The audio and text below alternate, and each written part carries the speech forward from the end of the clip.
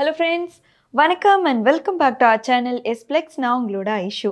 So இந்த வீடியோவில் நம்ம யாரை பற்றி பார்க்க போகிறோம் அப்படின்னு பார்த்தீங்க அப்படின்னா, செப்டம்பர் 28 அண்ட் 1982 பிறந்த ஒரு நடிகர். யாருன்னு பார்க்குறீங்களா? ரன்வீர் கபூர். அவங்களுடைய ஒரு சின்ன ஸ்டோரி தான் இந்த வீடியோவில் நம்ம பார்க்க போகிறோம்.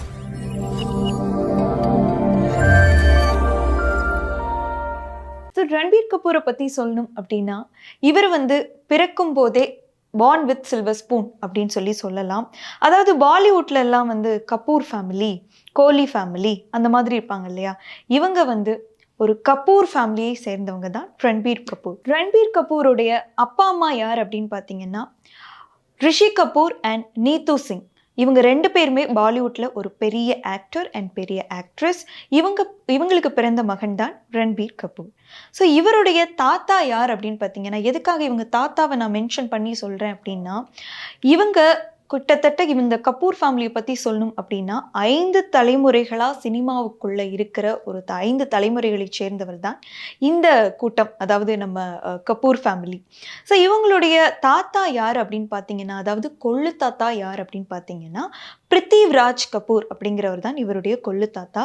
இவங்களுடைய தாத்தா பிரிட்டிஷ் வந்தாங்க இல்லையா, 1947 தான் நமக்கு சுதந்திரம் கிடைத்தது. அதுக்கும் முன்னாடி இருந்த கால சினிமா கட்டத்திலேயே இவங்களுடைய தாத்தா ஒரு பெரிய நடிகராக பாலிவுட்ல திகழ்ந்திருக்கிறாரு. இவங்க ஒரு பஞ்சாபி ஃபேமிலியை சார்ந்தவர்கள். அதாவது இப்போ பாகிஸ்தான்ல இருக்கக்கூடிய ஒரு ஏரியா, பஞ்சாபியில் இருக்கக்கூடிய அப்போ பஞ்சாபியில் இருந்த ஏரியா, இப்போ அது பாகிஸ்தான்ல இருக்கு. அங்க பிறந்தவர் தான் இந்த பிருத்திவிராஜ் கபூர். நடிப்பு மேல இருந்த அந்த ஆர்வம், அந்த ஆசையினால மும்பைக்கு வராரு. மும்பை வந்ததோட மட்டும் கிடையாது, பெரிய ஒரு ஆக்டராகவும் மாறுறாரு. அவர் தான் பிருத்திவிராஜ் கபூர். அந்த பிருத்திவிராஜ் கபூருக்கு பிறந்தவர் தான் ராஜ் கபூர். ராஜ் கபூரும் பார்த்தீங்கன்னா கிட்டத்தட்ட சினிமா உலகத்தில் அவங்கள பற்றி நம்ம எடுத்தோம்னாலே ஒரு பெரிய ஹிஸ்ட்ரி மாதிரி போகும். அவங்க தான் ராஜ் கபூர். ராஜ் கபூருக்கு பிறந்தவர் தான் ரிஷி கபூர். ஸோ யார் ரிஷி கபூர் அப்படின்னு பார்த்தீங்கன்னா, ரன்வீர் கபூர் அவங்களுடைய டேடி. ஸோ ரிஷி கபூர் அவங்கள பற்றி சொல்லணும் அப்படின்னா, இவரும் பாலிவுட்டில் ஒரு பெரிய நடிகர். நம்ம எப்படி நம்மளுடைய சவுத் இந்தியாவில் காதல் மன்னன் அப்படின்னு சொல்லி ஜெமினி கணேசன் அவங்கள சொல்றோமோ, அதே மாதிரி நார்த் இந்தியா சைட்ல ஒரு காதல் மன்னன் அப்படின்னு சொல்லி ரிஷி கபூர் அவர்கள் தான் சொல்லுவாங்க. ஸோ இதுல இருந்தே தெரிஞ்சிருக்கும் ரன்வீர் கபூர் எவ்வளோ பெரிய ஒரு ஃபேமிலி பேக்ரவுண்டில் பிறந்திருக்காரு அப்படிங்கிற விஷயம் உங்களுக்கு எல்லாருக்கும் தெரிஞ்சிருக்கும். ஸோ இந்த பேக்ரவுண்ட்ல இருந்து வந்தவர் தான் ரன்வீர் கபூர். ஸோ இவருடைய ஆரம்ப காலகட்டம் அப்படின்னு சொல்லி பார்க்கும்போது, ஒரு கண்டிப்பாக இந்த மாதிரி ஒரு ஃபேமிலியில் படிக்கிற பிள்ளைங்க எல்லாமே ஒரு ஹை நாலேஜபிள், விச் மீன்ஸ் பெரிய ஸ்கூல் அண்ட் இங்கிலீஷ் நாலேஜ்லேருந்து எல்லாமே அவங்களுக்கு ஒரு சிறப்பு வாய்ந்ததாக தான் கிடைச்சிருக்கும். அண்ட் ரன்வீர் கபூருக்கும் அதே மாதிரி ஒரு விஷயம் தான் கிடைச்சிருக்கு. ரன்வீர் கபூர் அவங்கள ஒரு பெரிய ஒரு பிளே பாய் அப்படின்னே சொல்லுவாங்க. எந்த அளவுக்கு பிளே பாய்னு உங்களுக்கு தெரியுமா? அதாவது தன்னோட சின்ன வயசுல தன்னுடைய ஸ்கூல் டைமிங்ல இருந்தே அவர் பயங்கரமான ஒரு பிளே பாய். அது மட்டும் கிடையாது, இது ஒரு இன்டர்வியூல அவர் ஒத்துக்கிட்ட ஒரு விஷயம் என்ன அப்படின்னு பார்த்தீங்கன்னா, தன்னுடைய அந்த 15th ஏஜ்லயே அவருடைய வர்ஜினிட்டியை அவர் லூஸ் பண்ணிட்டேன் அப்படிங்கிற ஒரு விஷயத்த சொல்லியிருப்பாரு. அந்த அளவுக்கு ஒரு பெரிய பிளே பாயா இருந்திருக்காரு. சரி, ஓகே, பிளே பாய் எல்லாம் விட்டுட்டு எப்படி சினிமா கேரியருக்குள்ள வந்தார் அப்படின்னு சொல்லி பார்க்கலாம். சினிமா கேரியர் அப்படின்னு சொல்லி பார்க்கும்போது, அஃப்கோர்ஸ் இந்த மாதிரி ஒரு பெரிய செலிபிரிட்டிஸோட ஒரு பையனா வர்றாங்க. அஃப்கோர்ஸ் இவர் ஒரு நெப்போ கிட் இல்லையா? ஸோ ஒரு பெரிய இடத்துல வரும்போது அவங்களுடைய ஆரம்பமும் ஒரு பெரிய ஆரம்பமாக தான் இருக்கும். ஆமாம், சஞ்சய் லீலா பன்சாலி இருக்கார் இல்லையா, ஒரு பெரிய டிரெக்டர். நம்ம சைடு எப்படி மணிரத்னம் சாரோ, அதே மாதிரி Sanjay Leela Bhansali big director of Bollywood. So அவரு கூட ஒரு ஏடியா இவர் ஒர்க் பண்றாரு.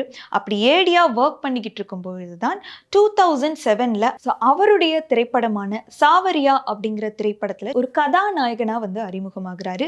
அதே படத்துல ஹீரோயினா யார் அறிமுகமாகறாங்கன்னு பார்த்தீங்கன்னா, சோனம் கபூர், அனில் கபூர் அவங்களுடைய பொண்ணு சோனம் கபூர். ஸோ இவங்க ரெண்டு பேருக்குமே இதுதான் முதல் படம். 2007ல இந்த படம் வெளிவருது. இந்த படம் பார்த்தீங்கன்னா பெரிய அளவில் வெற்றி அடையல. ஆனா ரன்வீர் கபூரினுடைய நடிப்பு பெரிய அளவில் பேசப்பட்டுச்சு. அந்த டைமிங்லேயே எந்த அளவுக்கு பேசியிருக்காங்க அப்படின்னு சொல்லி பார்த்தீங்கன்னா, ரன்வீர் கபூர் அடுத்த ஃபியூச்சர் கபூர் ஃபேமிலிக்கு ஒரு பெரிய பேர் எடுத்து தரப்போறாரு. அந்த அளவுக்கான நடிப்பு திறமை ரன்வீர் கபூர் அவர்கள்கிட்ட இருக்கு அப்படிங்கிற மாதிரி பேசுறாங்க. ஸோ அதற்கப்புறம் பார்த்தீங்க அப்படின்னா, 2007க்கு அப்புறம் பார்த்தீங்கன்னா பச்னா ஏ ஹசீனா அப்படிங்கிற ஒரு திரைப்படம் 2008ல வருது. இந்த திரைப்படமும் ஒரு வசூல் ரீதியாக ஒரு சின்ன ஒரு வெற்றி அப்படின்னே சொல்லலாம். ஸோ அதுக்கப்புறம் திரைப்படம் திரைப்படம் தான் வேக்கப் சித். ஸோ இந்த திரைப்படமும் கிட்டத்தட்ட இந்த திரைப்படம் ஒரு சூப்பர் திரைப்படம்னே சொல்லலாம். ஏன் அப்படின்னு சொல்லி பார்த்தீங்கன்னா, இந்த திரைப்படம் வந்த 1 வீக்லேயே வந்து 21.15 crore கிட்டத்தட்ட வந்து நெருங்குச்சு அப்படின்னு சொல்கிறாங்க. இந்தியாவில் மட்டுமே 17 crore கலெக்ட் பண்ணுச்சு அப்படின்னு சொல்கிறாங்க.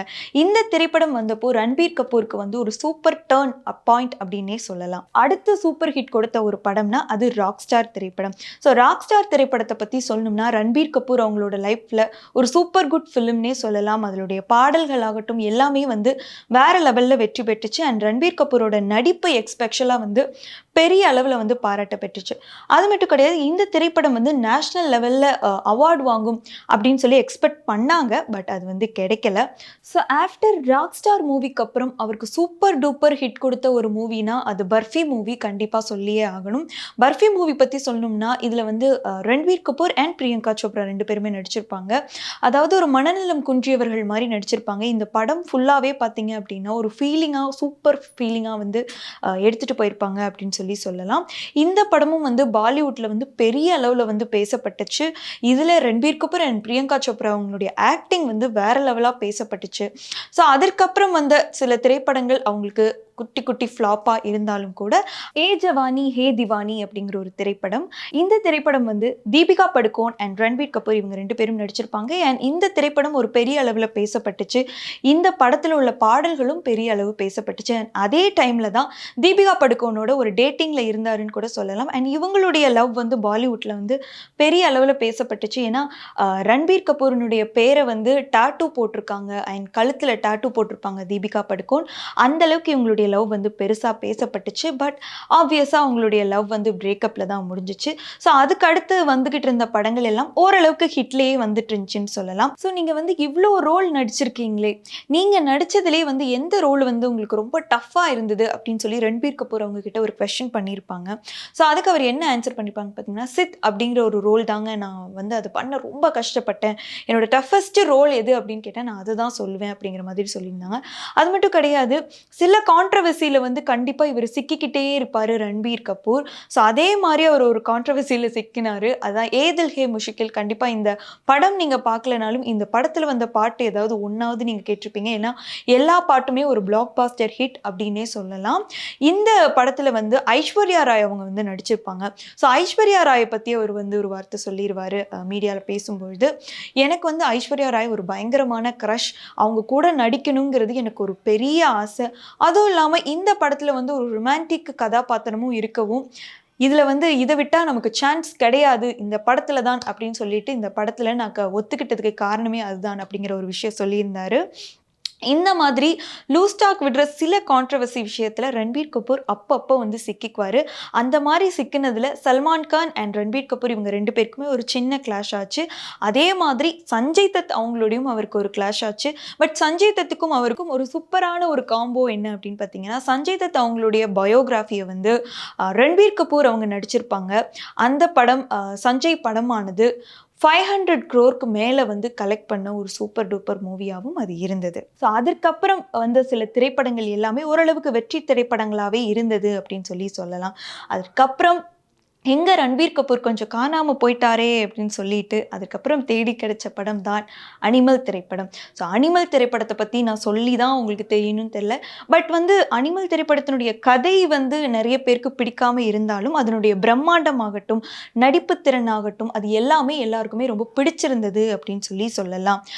ரன்பீர் கபூரினுடைய நடிப்பு எக்ஸ்பெஷலாக இதில் பேசப்பட்டது என்னென்னா, அடுத்தடுத்த படங்கள் இவருக்கு வந்து ரொம்ப பிளாக் பாஸ்டராக அமையுங்கிற அளவுக்கு வந்து பேசப்பட்டுச்சு.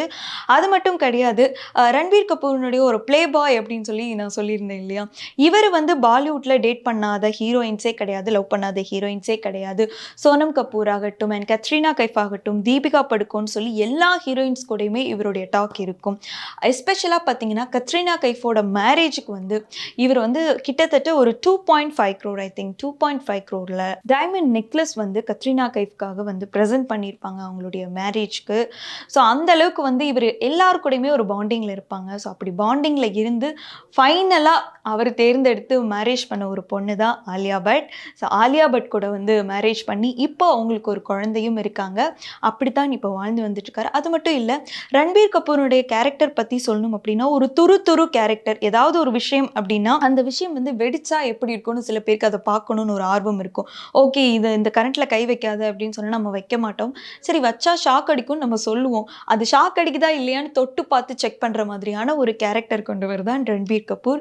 ஸோ அந்த மாதிரி ஒரு கேரக்டர் இந்த மாதிரி பெரிய ஒரு கபூர் ஃபேமிலியில் பிறந்து இவ்வளோ ஒரு சிறப்பு வாய்ந்த ஒரு நடிகராக இன்னைக்கு அவர் தன்னை நிலைநிறுத்தியிருக்காரு.